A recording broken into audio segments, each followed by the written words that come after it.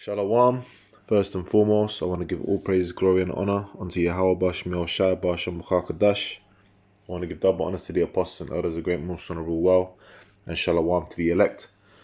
Okay, the men, women, and children of the elect that are scattered abroad. Salutes to you, man. And today's lesson, I'm going to be talking about the economy of America. Okay, and I'm going to be using the economy of Rome, just an aspect of it, okay, as an example, because modern day Rome is America, which is also mentioned in the scriptures as that is known in the scriptures as Babylon the Great, which is that's America, okay, that great city spoken of in Revelation 18. Babylon, that is fallen, because ultimately what's coming to America is a fall. Okay, this so-called great empire, okay, of America, this superpower, is shortly going to be brought down to its knees and be broken. Okay, and right now it's on its way out. It's in all different aspects of an empire. It is being brought low, man, and it's through the power of Yahweh Bashmi Shai. Okay, that is being brought low, as it is written. The Lord raises up kings and putteth down kings, man. So it's the Lord that actually sets up these kingdoms. Okay, now, in fact, let me see if I can get that in Daniel. Pretty sure it's Daniel 4 up.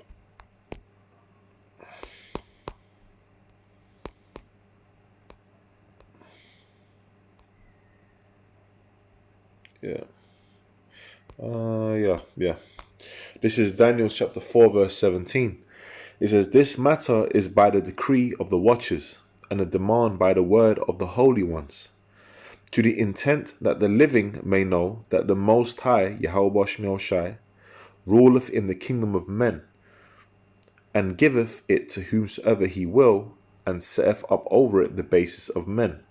Okay, so it's the Lord Yahweh Shemel Shai that controls these different kingdoms that have come into rulership over history. Okay, and right now the kingdom we're in is the kingdom ruled by the nation of Esau. Okay, this is Esau's empire. Okay, which really, we're in the 10 toes spoken of in Daniel. We're in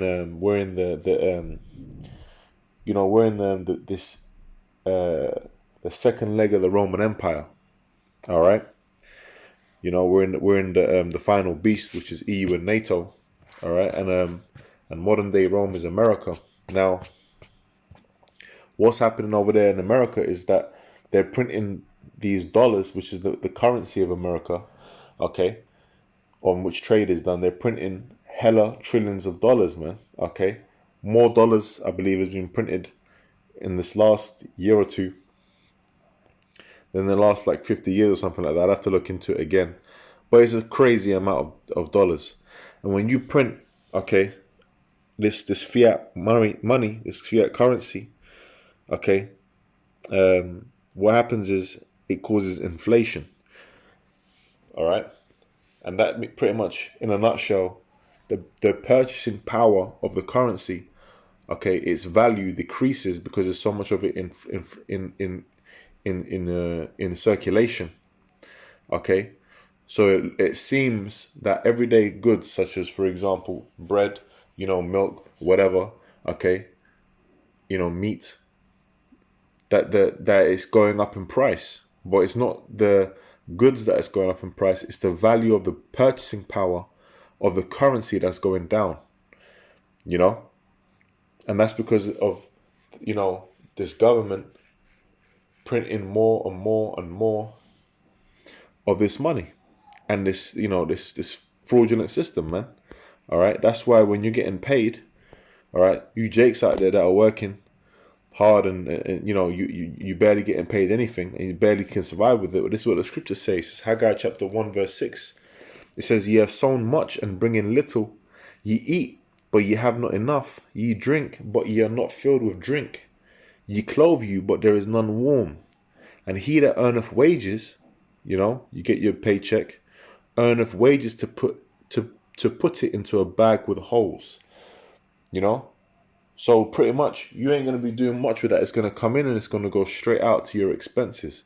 You know? Jake lives day to day, man. We ain't, Jake, you got certain Jake out there, got certain, good jobs, so-called good jobs. All right. But as a nation, really, we are the poor. We're on the bottom of society, man. Okay. A bag with holes, that means that it's just going to start, you're not going to be able to stack that. It's going to just go. All right. And you know what? That's in line with the curse that was put upon us for disobeying Yahweh Shmi Shai. Okay. Which is in Deuteronomy 28 and 17. It says, cursed shall be thy basket and thy store. All right. Which is pretty much, your wealth, your bank, in a sense. All right. That, that's a curse that's upon our people, man. All right. Now, when going to the kingdom of heaven, all right, the scriptures say that it's nothing for the Lord to make a poor man rich. All right. So, and it would be vice versa too. So pretty much, it's the Lord that's going to be setting us up, and we're going to be living real good, man. If you read about the accounts of King Solomon, how silver was counted as nothing in those days, a stone. Okay. Solomon was rich. Okay, he was filthy rich, man. But we're going to be even greater, okay, in the kingdom of heaven. All right. Now, I wanted to get this this infographic I found, okay? And this is dealing with the Roman Empire, the ancient Roman Empire, okay? And it said the major silver coin, I'm just going to use this bit if you want to find it. It's called Currency and the Collapse of the Roman Empire by Jeff Desjardins. Okay, this infographic goes into some interesting things. Now, the bit I want to focus on is here. This little bit here, I'm going to read it. Hopefully, it can be seen on the screen. It says the major silver coin used during the first 220 years of the empire was the denarius. This coin, between the size of a modern nickel and dime, was worth approximately a day's wages for a skilled laborer or craftsman.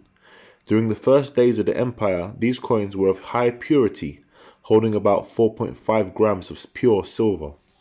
However, with a finite supply of silver and gold entering the empire, Roman spending was limited by the amount of denarius that could be minted. This made financing the pet projects of emperors challenging. How was the newest war my palace of circus to be paid for? Okay, Roman officials found a way to work around this. By decreasing the purity of their coinage, they were able to make more silver coins with the same face value. With more coins in circulation, the government could spend more, and so the content of silver dropped over the years. Okay, it says by the time of Marcus Aurelius, which Marcus Aurelius was an Israelite, the denarius was only about 75% silver. So the purity was being dropped. Now, if you notice that it was silver that was the main metal that was used amongst other metals, okay, and it had a high purity of silver at the start before they started to decrease the value of it, okay, by making more silver coins, okay, which had the same so-called value, all right, but really it was a decreasing of the purity of the silver within it. Now let's get the scriptures. This is Genesis chapter 13, okay, verse 2. It says, and Abraham, which is our father Abraham, okay, and Abraham was very rich in cattle, in silver, and in gold. So that's real wealth, that's real money, gold and silver. Okay, which is why starting with Apostle Tahar on down, Apostle Tahar has made many videos, okay, and different brothers speaking about what? The importance of try and get yourself a little bit of silver, okay, because that's real money. Okay, when you look at these different currencies around the world, like you look at the pound sterling and the dollar, those are measurements of weight. That's why when you say to someone, how many pounds can you lift? How many pounds do you weigh? As an example, you got pound sterling, okay, and then you got the dollar. Now, these were backed by actual pure, precious metals. They were backed by gold and silver. Now, that backing over the different over time, okay, got changed out and taken out, man. Okay. I ain't gonna go into that, but I believe it was called the. I'd have to type it in now. I'll put it in the comments. I'll put it in the comments for the detail after, because off the top of my head, it begins with B, but I forgot the exact, you know, thing that happened for it to happen. But it happened around. One of the things happened around the time of Richard Nixon as well. Okay, with the gold standard. Now, so the scriptures show you evidently gold and silver, okay, is real wealth. And also it says cattle. Now, if you've got cattle, that means you've got land, okay, inheritance, all right, and actual livestock, something that is going to perpetually make you, milk, clothing, all of that, all right.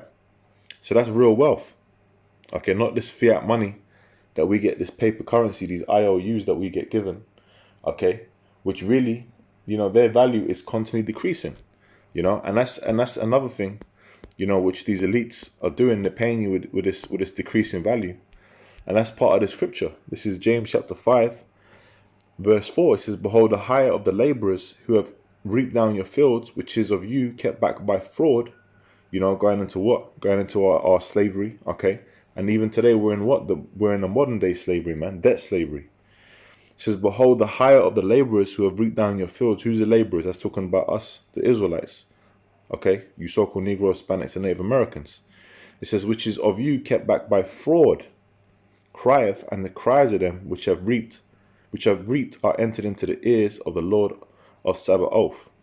Okay, and that doesn't say the Lord of Sabbath. That's the Lord of Sabaoth, as in the Lord of the host, the Lord of the armies. Okay, which is Yahweh. Okay, Yahweh Bashmi Shai. Now, hey, these are talking about the elites, man. Okay, and that's how they're running their empire now, through fraud. But what's happening is, okay, they're devaluing the currency because there's going to be an economic crash. All right, hyperinflation is on its way. Okay, right now you have inflation, and inflation is going up. That's why, you could have bought, I'll give an example of the UK, because I don't live in America, so I can't use that example. I'll give an example of the UK. I'd say maybe how long ago was that now? Yeah, about maybe 7 years ago, 8 years ago. I remember when I could just buy bread for like 10p. Okay, 10, 15p for just your basic standard bread, from Sainsbury's. Now that same type of bread is 50 to 60p, so it's gone up in 4 to 6 times in price, which really that means that the pound sterling is being devalued. All right, and over there in America, the dollar is heavily being devalued, man. All right, and that's the world reserve currency. Okay, these different currencies, okay, oil and all that, and trade is based on what? The world reserve currency. All right, that's why America is that great city. It's Babylon. Part of why it is, man. All right, now I'm gonna go back to this. It says the consequences. It says the real effects of debasement took time to materialize. Adding more coins of poorer quality into circulation did not help increase prosperity. It just transferred wealth away from the people, and it meant that more coins were needed to pay for goods and services. Okay? Right? And eventually it goes into the economy, hyperinflation, the effects. With soaring logistical and admin costs, and no precious metals left to plunder from enemies, the Romans levied more and more taxes against the people to sustain the empire. Hyperinflation, soaring taxes, and worthless money created a trifecta that dissolved much of Rome's trade. The economy was paralyzed. By the end of the 3rd century, any trade that was left was mostly local, using ineffective barter methods instead of anything meaningful medium of trade. And that ultimately you had the collapse, and this is all part of prophecy. Okay, and that's why right now we're in the time of the Second Roman Empire, man. Okay, the second leg of the Roman Empire, the rebirth. Starting with the Renaissance period when Esau was starting to get back up into power.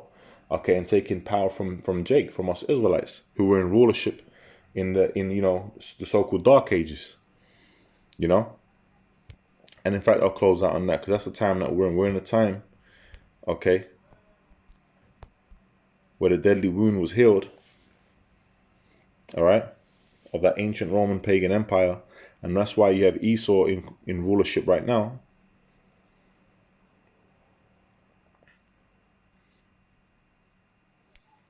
Right, this is Revelation 13:3. It says, and I saw one of his heads as it were wounded to death, and his deadly wound was healed, and all the world wondered after the beast. All right, so pretty much, now you've got Esau.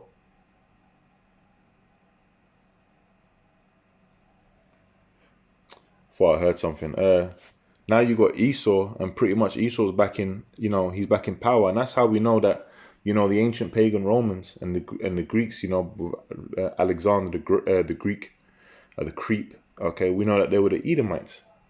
All right, and now the man of sin is being revealed in these last days. Okay, we're revealing who Esau is, the devil. All right, and we're revealing to you the downfall of his kingdom. For all the wickedness that's happened, for all the atrocities that have happened. Okay, and then the scriptures say that he's got bounds that he cannot pass. All right, so there is time appointed for this empire to fall.